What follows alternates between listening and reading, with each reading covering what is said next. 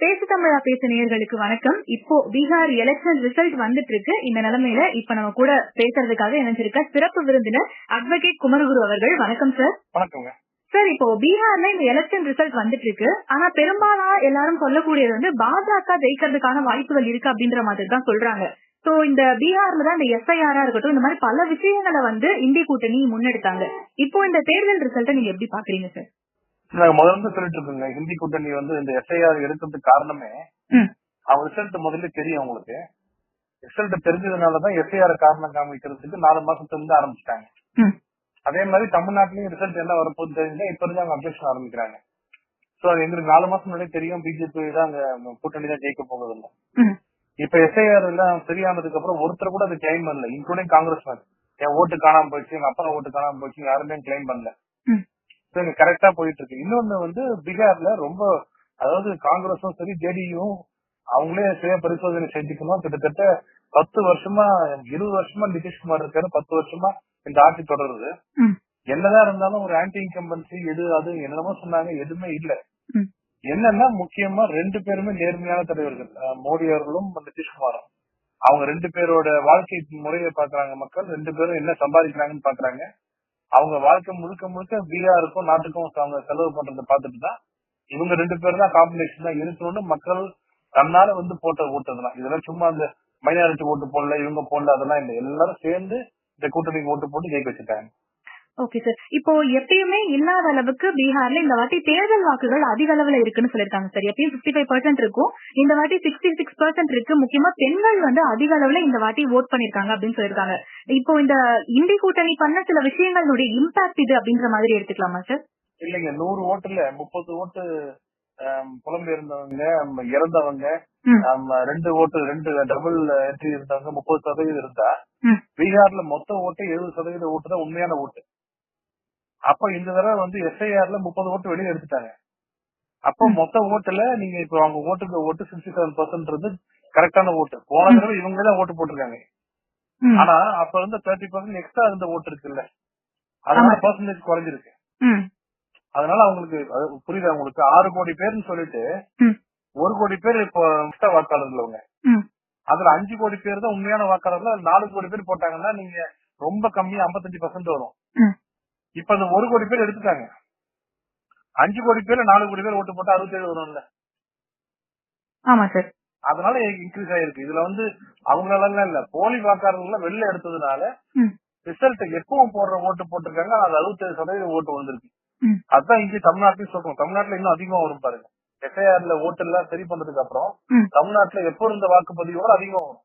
Okay sir. Sir, இப்போ தன்னைத்தானே வந்து ஒரு கிங் மேக்கர் அப்படின்னு சொல்லிக்கிட்டு இருக்கக்கூடிய ஒரு ஆள்னு பார்த்தோம்னா திரு பிரசாந்த் கிஷோர் அவர்கள் இப்போ முதல் முறையா ஒரு பார்ட்டி ஆரம்பிச்சு முதல் முறையா தேர்தலையும் வந்து அவர் பங்கேற்று இருக்காரு. அவர் டைரக்டா நிக்கல அப்படின்னாலுமே பங்கேற்று இருக்காரு. பட் இப்ப வரைக்கும் புள்ளி விவரங்கள் அவர் வந்து 0த்துல இருக்காரு அப்படின்ற மாதிரி தான் சொல்லியிருக்காங்க. இதே ஆள் தான் வந்து தமிழ்நாட்டிலயும் வந்து டிவிக்கு அவர் ஜெயிக்க வைப்பேன், விஜய் அவர்களை சிஎம் ஆக்கணும் அப்படின்ற மாதிரி தான் சொன்னாங்க. சோ இந்த ஒரு விஷயத்த நீங்க எப்படி பாக்குறீங்க சார்? நல்ல ப்ரொஃபசர், சர்ஜரி சொல்லி கொடுத்த ப்ரொஃபசர் வந்து மிகப்பெரிய சர்ஜன் ஆக முடியாது, கத்துக்கிற மாணவன் தான் சர்ஜன் ஆக முடியும். அது மாதிரி யாரு சொல்லி கொடுக்குறாங்களோ அவங்க தேர்தல் வியூகத்தை மட்டும் தான் பார்க்க முடியுமே தவிர மக்கள்கிட்ட வந்து எதிர்பாராது. அவர் யாருமே எதிர்பார்க்கல, நீங்களும் நானும் எதிர்பார்க்கல, நீங்களும் எதிர்பார்த்துருக்க மாட்டீங்க. அவர் இப்ப எந்த இடத்துல அவர் வந்து நாங்க ஒண்ணும் பெருசா எதிர்பார்க்கல, பெரிய அதிர்ச்சி தான் எங்களுக்கு இல்ல. அவர் எங்க நாங்க எதிர்பார்த்தோம் அங்கதான் இருக்காரு. Okay sir. சார், இப்போ வந்து இந்த பீகார் எலெக்ஷன் அப்படின்னு வரும்போது இன்னைக்கு வந்து தகவல் படி இந்த பீகார் எலெக்ஷனுக்கு பெரிய மாற்றம் கொண்டு வரணும்னு நிறைய ஸ்டெப்ஸ் எடுத்தது வந்து ராகுல் காந்தி அவர்கள் தான். ஏன்னா இந்த எஸ்ஐஆர் பிரச்சனையை கொண்டு வரதா இருக்கட்டும், இந்த மாதிரி இவ்வளவு விஷயங்களை முன்னெடுத்துட்டு இன்னைக்கு ரிசல்ட் வருது அப்படிங்கிறப்போ ராகுல் காந்தி அவர்களும் சரி, பிரியங்கா காந்தி அவர்களும் சரி, 2 பேருமே இந்தியாவுல இல்ல அப்படிங்கறது ஒரு பெரிய சர்ச்சைக்குள்ளான விஷயமா மாறி இருக்கு. இது எப்படி பாக்குறீங்க சார்? நாங்க முதல்ல இருந்து சொல்லிட்டு இருக்கோங்க, நீங்க என்னதான் நீங்க கொண்டு வந்து நீங்க நிக்க வச்சாலும் அவங்க அவங்களுக்கு என்னென்ன இருக்கோ அதுதான் மக்கள் பார்த்துட்டே இருப்பாங்க. நல்ல உதாரணம் வந்து அவருக்கு அரசியல் இன்ட்ரெஸ்ட் இல்லன்றது வந்து மக்கள் ஒரு விஷயத்துல பாக்கல. கோவா எலெக்ஷன்ல இருந்து அவங்க பாத்துட்டு இருக்காங்க, அவருக்கு அரசியல் இன்ட்ரெஸ்ட் இல்ல. ஒரு இன்ட்ரெஸ்ட் இருக்கிற தலைவரா இருந்தா இன்னைக்கு வந்து தன்னோட கட்சி ஒரு சீட்டை கூட ஜெயிக்கிட்டோம். அது தோல்வி நான் வந்து கிண்டல் பண்றதுக்காக சொல்லல. அது ஒரே 2 தொகுதியை கூட ஜெயிச்சா கூட ஒரு தலைவன்றது தொண்டர்கள் கூட இருந்து ஆறுதல் சொல்லி கவலைப்படாதீங்க, அடுத்த இன்னும் நல்லா பண்ணுவோம் அப்படின்னு பீகார்ல இருந்திருக்கும், குறைந்தபட்சம் டெல்லியிலே இருந்திருக்கும். அவர் இல்லாதது என்ன சொல்றாருன்னா, நீங்க கூப்பிட்டீங்க, வந்த நான் பிரச்சாரம் பண்ண கிளம்பிட்டேன், இந்த நடிகர்கள் இருக்காங்கல்ல, நடிகர்கள் படம் நடிச்சதுக்கு அப்புறம் படம் ரிலீஸ் ஆகும்போது வெளில போயிடுவாங்க தெரியுங்களா? ஆமா சார். ஏன்னா அவங்களுக்கு என்னன்னா, நீங்க கூப்பிட்டீங்க வந்தேன், நான் படம் எடுத்து கொடுத்தேன், நடிச்சேன், இனிமேல் கலெக்ஷன் உன்னோடது, வெற்றி தோல்வி உன்னோடது, நான் கிளம்புறேன்னு போவாங்கல்ல. அது மாதிரிதான் அவர் இருக்கார தவிர அவர் லீடரா நாங்க என்னைக்கும் பார்த்தது இல்ல. மக்கள் இப்ப உணர ஆரம்பிச்சிட்டாங்க. அவரோட பிஹேவியரே அவர் மாறி மாறி அவருக்கு தொடர் தோல்வியை கொடுக்கும். Okay sir. சார் இப்போ கடந்த 25 வருஷமா பார்த்தோம் அப்படின்னா மோடி அவர்களை ஒரு வாட்டியாவது தோற்கடிக்கப்பட்ட தலைவர் ஆக்கிடணும் அப்படின்ற மாதிரி பல கட்சிகள் முயற்சி பண்ணி அது எல்லாமே ஃபெயிலியர் அப்படின்ற மாதிரி சொன்னாங்க. இந்த வாட்டியும் அந்த கனவு ஃபெயிலியரா தான் போகும் அப்படின்ற மாதிரி தெரிவிச்சிருக்காங்க. சோ இந்த பீகார் எலெக்ஷன் அப்படின்ற இப்போ வந்துட்டு இருக்க ரிசல்ட்ஸ் நீங்க எப்படி பாக்குறீங்க சார்? நாங்க திரும்ப திரும்ப சொல்றோங்க, மோடியும் தோற்கடிக்கக்கூடிய தலைவர் தான். நாங்க மோடி என்னைக்கும் தோற்கடிக்க முடியாத தலைவர் சொல்லவே இல்லை. ஆனா நாங்க சொல்ற ஒரே விஷயம் தான், மோடியை தோற்கடிக்கிறதுக்கு மோடியை விட திறமையான ஒருத்தர் வரணும். நீங்க மோடி அவர்கள் இருக்கிற வாழ்க்கை எதையுமே பார்க்க மாட்டீங்க, நீங்க அவர் செய்யற தியாகம், அவரோட உழைப்பு எதையும் பார்க்க மாட்டீங்க. ஆனா மோடி தோற்கடிக்கணும்னு தோற்கடிக்க முடியாது. நான் சொல்றது நல்லா இல்ல, அவரை தோற்கடிக்கணும்னு சொன்னீங்கன்னா அவரை விட வலிமையான ஒரு தலைவரால தான் அது முடியும். அவர் தோற்கடிக்க முடியாத தலைவர் நான் சொல்லவே மாட்டேன். எல்லா உலகத்துல எல்லாருமே தோற்கடிக்கூடிய தலைவர்கள் தான்.